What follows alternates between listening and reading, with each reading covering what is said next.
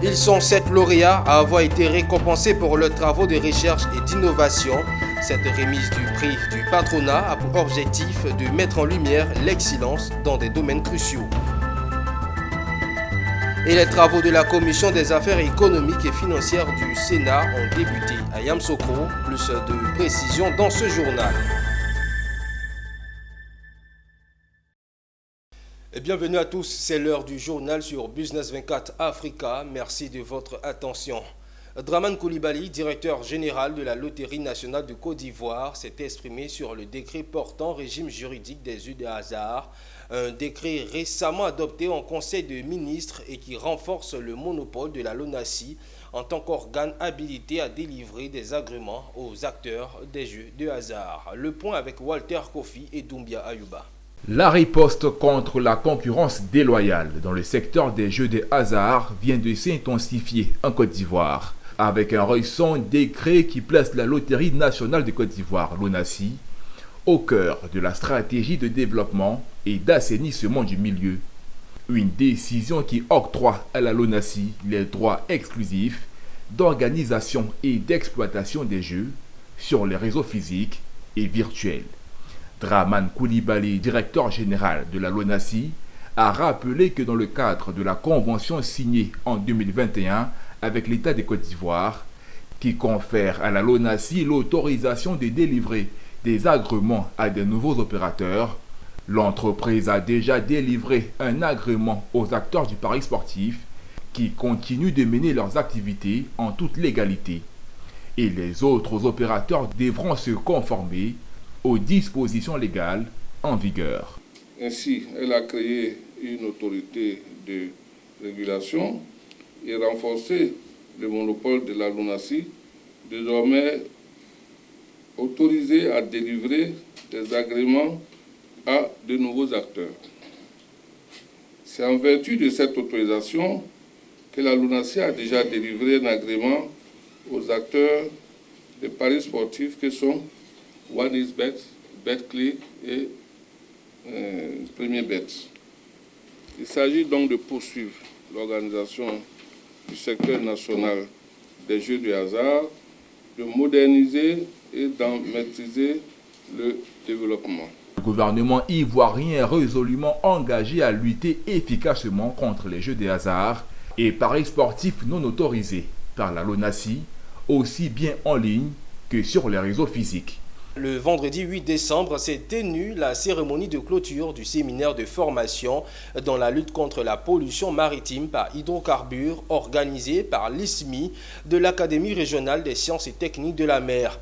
Initié dans le cadre du projet SafePort, ce stage de formation visait à renforcer les capacités du personnel en charge de la prévention, de l'intervention en matière de pollution dans les ports des pays éligibles à ce projet, nous témoignent Michel Brou et Doumbia Ayuba. Ce sont 25 membres du personnel en charge de la prévention d'intervention en matière de pollution dans les ports des pays éligibles au projet SafePort en fin de formation.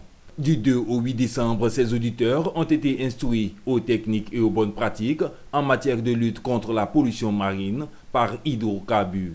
4 modules ont constitué cette session de formation, à savoir le comportement des hydrocarbures, les outils de gestion de crise, les techniques de lutte contre la pollution marine sur le plan d'eau, les techniques de lutte contre la pollution. Le représentant du directeur de l'Institut de sécurité maritime interrégional a invité les récipiendaires à mettre ces acquis au profit de leur état respectif. Cette formation rentre dans les activités normales de l'ISMI. Vous savez que c'est un institut qui a été créé dans le cadre de la lutte contre l'insécurité maritime, de piratage, les vols à main armée, etc. Et donc, connaître l'environnement marin est majeur et l'un des facteurs, c'est la pollution marine. Il est clair que les gens ont, par les cours suivis, par la pratique, puisqu'on a pratiqué sur le port d'Abidjan grâce aux équipements et aux équipes de pompiers. On a pratiqué, on a mis en œuvre ce qu'on avait appris en théorie. Donc oui, je pense qu'ils sont beaucoup mieux armés par cette formation. Cette formation m'a permis personnellement, parce que je suis dans la cellule pollution au port autonome d'Abidjan. Cette formation m'a vraiment beaucoup appris. Le séminaire de formation dans la lutte contre la pollution marine par hydrocarbures a réuni 25 représentants de 11 pays issus du Golfe de Guinée. Et comme il est de coutume, les ingénieurs en logistique et transport de l'Institut national polytechnique Félix Houphouët-Boigny de Yamoussoukro se sont retrouvés le samedi dernier à Abidjan pour célébrer le 25e anniversaire de la création du SIC ILT. Occasion de retrouvailles, d'échanges et de réseautage, le compte-rendu de Pierre Tebeu et Nicolas Angwa. La Senior ILT entendait le réseau des ingénieurs en logistique et transport a mis les petits plats dans les grands. Le dîner gala 2023 de la Senior ILT a marqué de manière grandiose la clôture des célébrations du 25e anniversaire du cycle ILT de l'INPHP. Organisé avec soin par le réseau des diplômés, cet événement, placé sous le signe de la gratitude, de la reconnaissance et de la solidarité, a mis en avant les réalisations du cycle ILT, le dynamisme de la Senior ILT et l'importance de la logistique et des transports dans le paysage professionnel en Côte d'Ivoire et au-delà.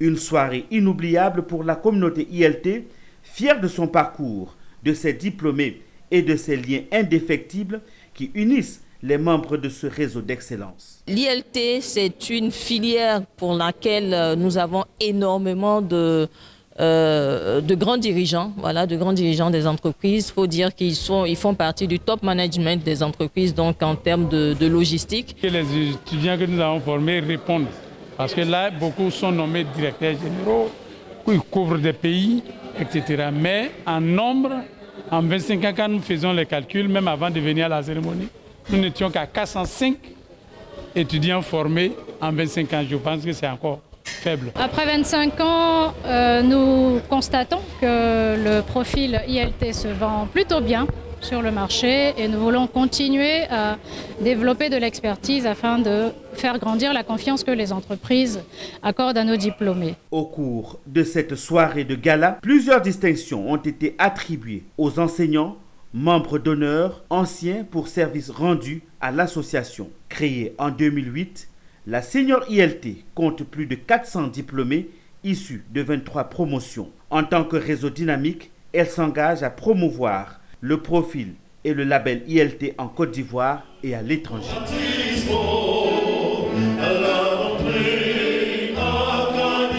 Et parlons insertion professionnelle, les promotions 2021 et 2022 du Women's Progress Programme ont récemment reçu à l'université Félix Houphouët-Boigny leur diplôme après 7 mois de formation.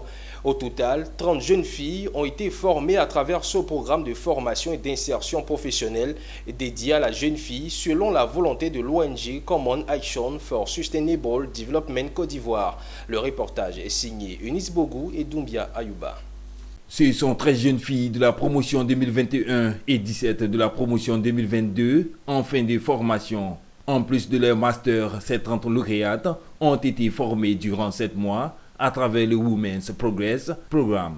Financé par la Banque nationale d'investissement, ce programme de l'ONG Common Action for Sustainable Development Côte d'Ivoire vise à aider les jeunes filles diplômées d'un master à développer et valoriser leur potentiel et leur employabilité afin de décrocher des emplois décents. Au nom de toutes mes camarades bénéficiaires de ce programme, nous sommes vraiment prêtes à affronter les différents défis, les différents challenges. Le programme qu'on nous présentait était très enrichissant et me permettait de pouvoir développer mes compétences et mes capacités en entreprise.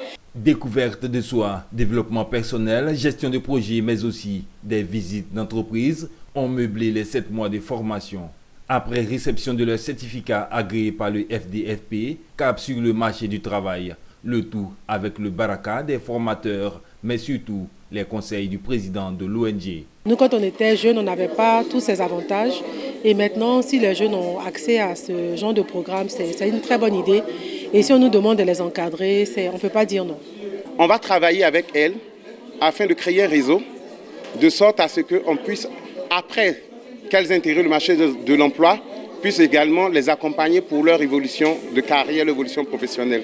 Avec ces programmes de formation des jeunes, l'ONG CASDCI, depuis 10 ans, a enregistré à ce jour un taux d'insertion global de 89% de stages et 72% de taux d'insertion d'employabilité. Récemment, le Centre africain de management et de perfectionnement des cadres, CAMPC, a délivré 664 parchemins de fin de formation à des auditeurs. Ces 664 récipiendaires font partie du programme triennal de formation en management des administrations publiques. Un programme mis en place par l'État ivoirien dans l'optique d'améliorer efficacement les ressources humaines de l'État et renforcer la culture managériale au sein de l'administration publique. Plus de détails avec Ami Korobara et Seth Ekissi. Ce sont au total 664 récipiendaires qui ont reçu leur parchemin de fin de formation au cours de la cérémonie de graduation des auditeurs organisée par le CAMPC, Centre africain de management et de perfectionnement des cadres. En présence de Anne Désiré Ouloto, ministre d'État, ministre de la fonction publique et de la modernisation de l'administration, cette cérémonie était l'occasion pour elle de réitérer l'engagement de l'État ivoirien à doter l'administration publique de cadres compétents capables de s'adapter aux mutations et satisfaire les besoins des populations. Elle a exhorté les bénéficiaires à faire profiter l'administration des acquis précieux de cette formation en proposant des solutions innovantes en vue d'améliorer les services publics. Chers récipiendaires, mesdames et messieurs, ce jour marque une autre étape dans votre vie professionnelle. Je vous exhorte donc à mettre en pratique les connaissances et les compétences que vous avez acquises au cours de cette formation.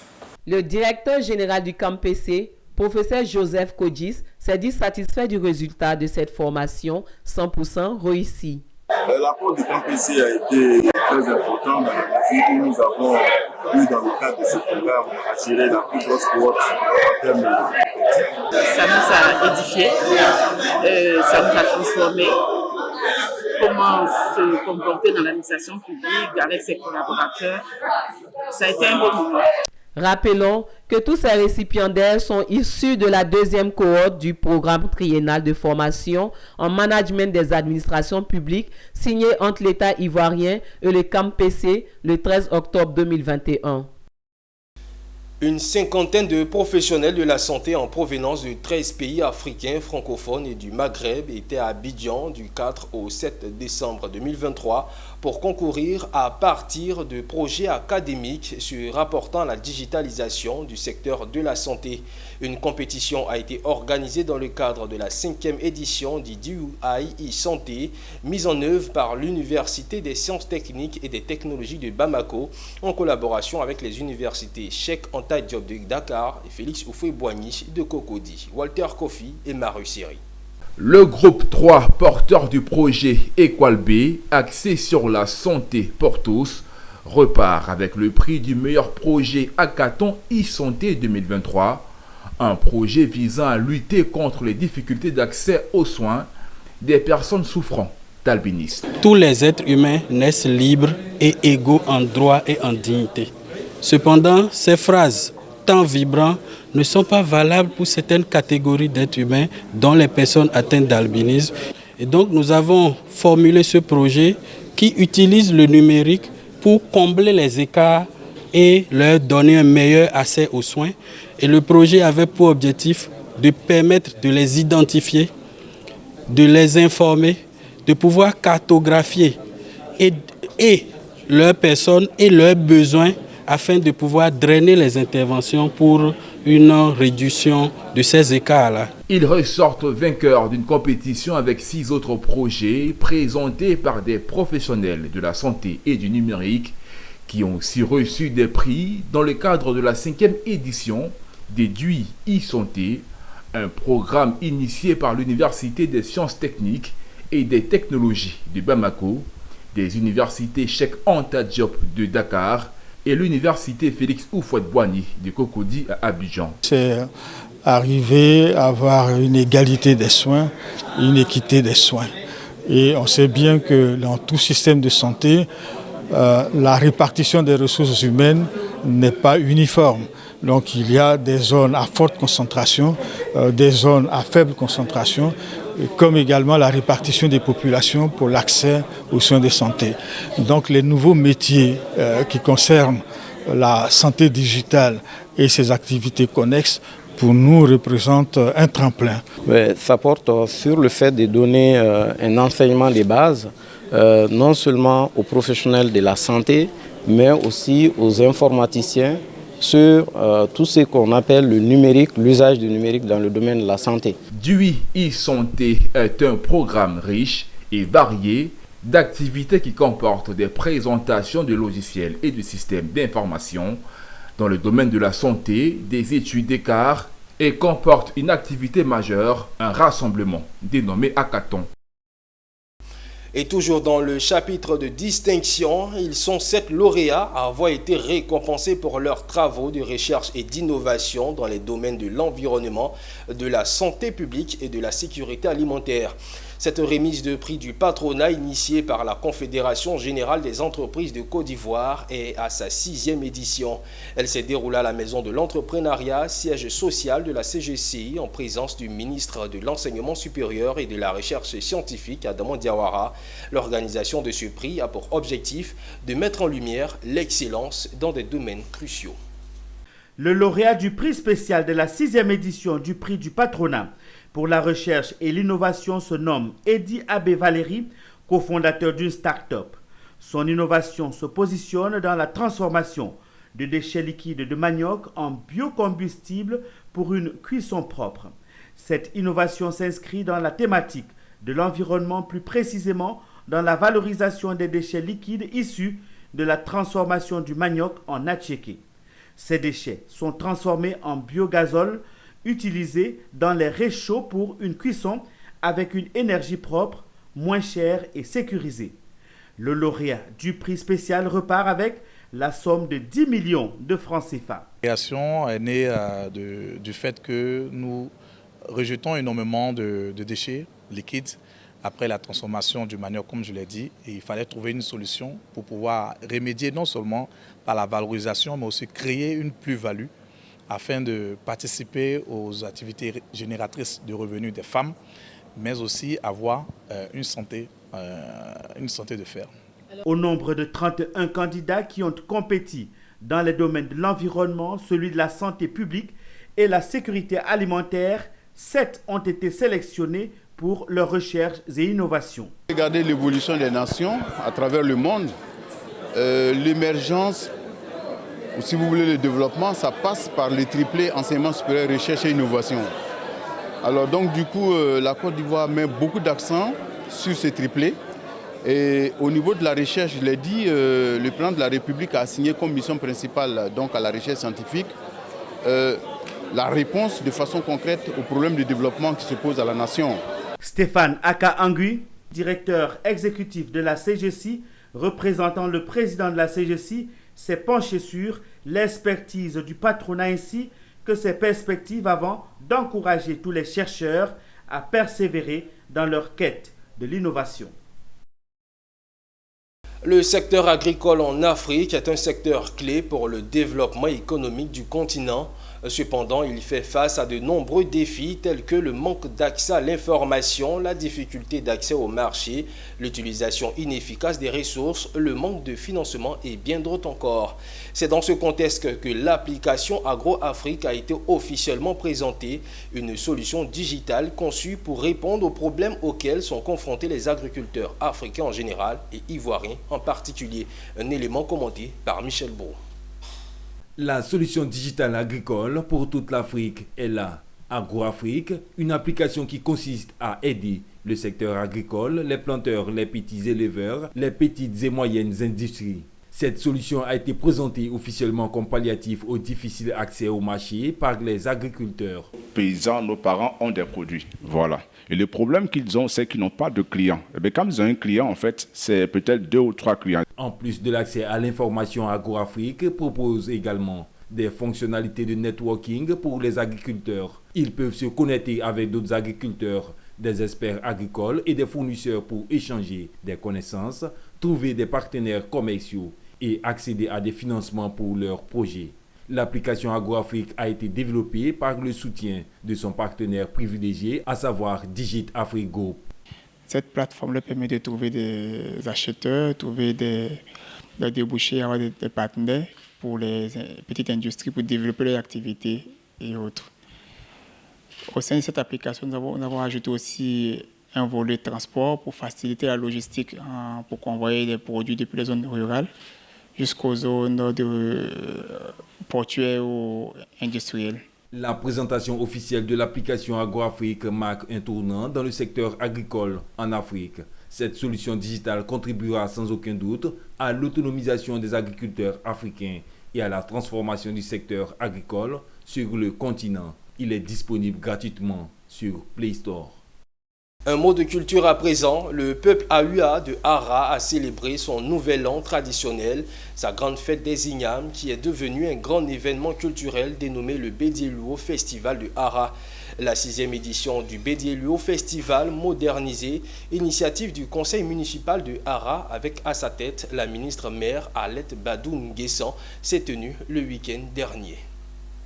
L'ex-ministre de la Culture Arlette Badou Nguessan et ses sœurs en pleine démonstration de la Tobo, l'une des danses les plus prisées au cœur de la tradition Agni.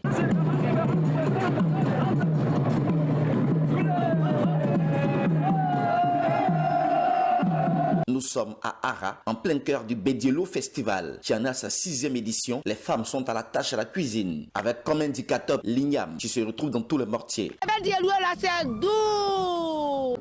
Le Bédiéluo est donc un moment de retrouvailles, de recueillement et de partage. Marque la fin d'une année et le début d'une nouvelle. Occasion pour le peuple Aua de présenter sa culture diversifiée, de renforcer les liens qui unissent le peuple Aua et l'ensemble des différents peuples, notamment les régions du Gantougou et du Bunkani et également les peuples frères de l'Indénié Guabla et du Sanvi.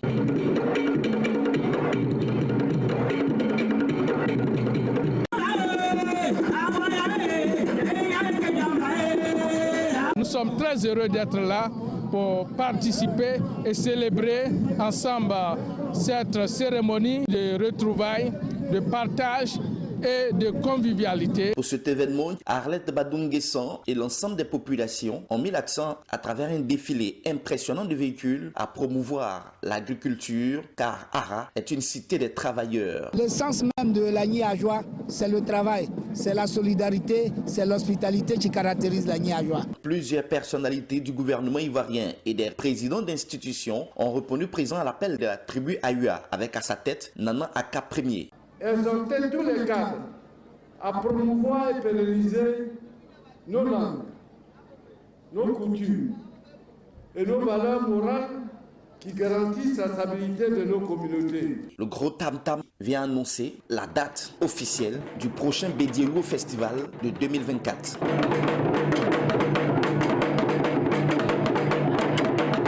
Le 20 décembre 2024, c'est la fête des Ignames du peuple Agni Ajoie. En entendant, Nana Aka Premier, chef de la tribu Aua, et tous ses sujets promettent un rendez-vous encore plus grandiose pour promouvoir la culture Aua à toute la Côte d'Ivoire, à l'Afrique et au monde.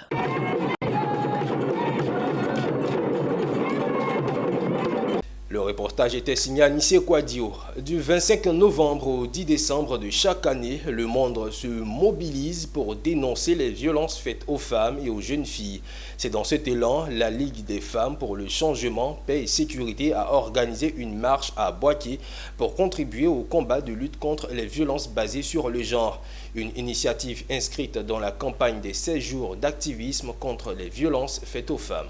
Toutes d'orange vêtues, elles ont pas une marche silencieuse et parfois par des chants. Montrer leur engagement à lutter contre les violences faites aux femmes. Par cette initiative, la Ligue des femmes pour le changement, paix et sécurité en abrégé, l'IFEC-PS, traduit tout son militantisme de combattre tous les phénomènes dégradants pour la gente féminine. C'est seulement ensemble que nous allons pouvoir porter notre voix plus haut. Parce que lorsque une femme seule se retrouve en train de parler, on trouve que ce n'est pas assez.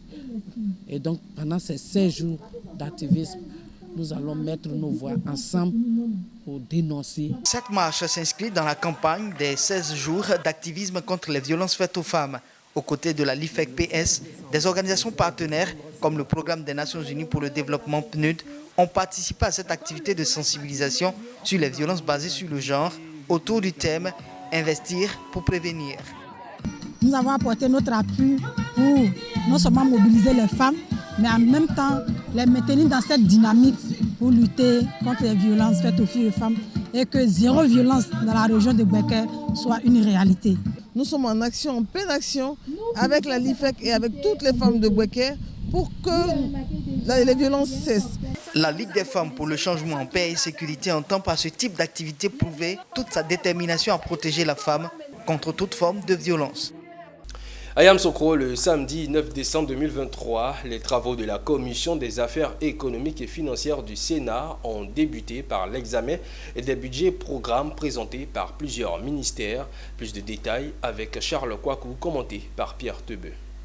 Ce vendredi 8 décembre 2023, la Commission des affaires économiques et financières a reçu, dans le cadre de l'examen du projet de loi de finances portant budget de l'État pour l'année 2024, plusieurs chefs de département ministériels. Ministère de l'Éducation nationale et de l'alphabétisation défendait un budget de 1236 milliards 106 570 775 francs CFA. Ministère de l'Enseignement supérieur et de la Recherche scientifique, 283 milliards 106 62 854 francs CFA. 127 milliards 376 172 859 francs CFA pour le ministère de l'Enseignement technique, de la formation professionnelle et de l'apprentissage. Par la suite, les ministres des départements ministériels en charge de la mission Administration générale et développement économique ont présenté leur budget programme. Ministère de la fonction publique et de la modernisation de l'administration, 36 milliards 49 568 960 francs CFA. 443 milliards 936 563 735 francs CFA pour le ministère des Finances et du Budget. Ministère de l'économie, du plan et du développement, 26 milliards 841 820 429 francs CFA. Ministère du patrimoine, du portefeuille de l'État et des entreprises publiques, 18 milliards 490 983 290 francs CFA.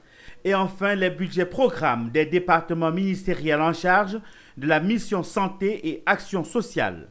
Ministère de la santé, de l'hygiène publique et de la couverture maladie universelle, 589 milliards 769 676 719 francs CFA.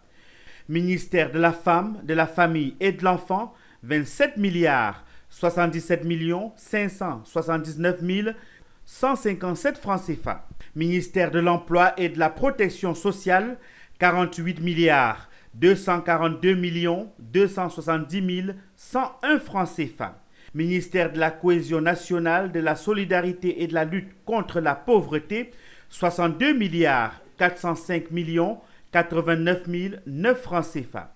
Au terme des débats, les crédits ouverts au profit de ces différents ministères ont été adoptés à l'unanimité.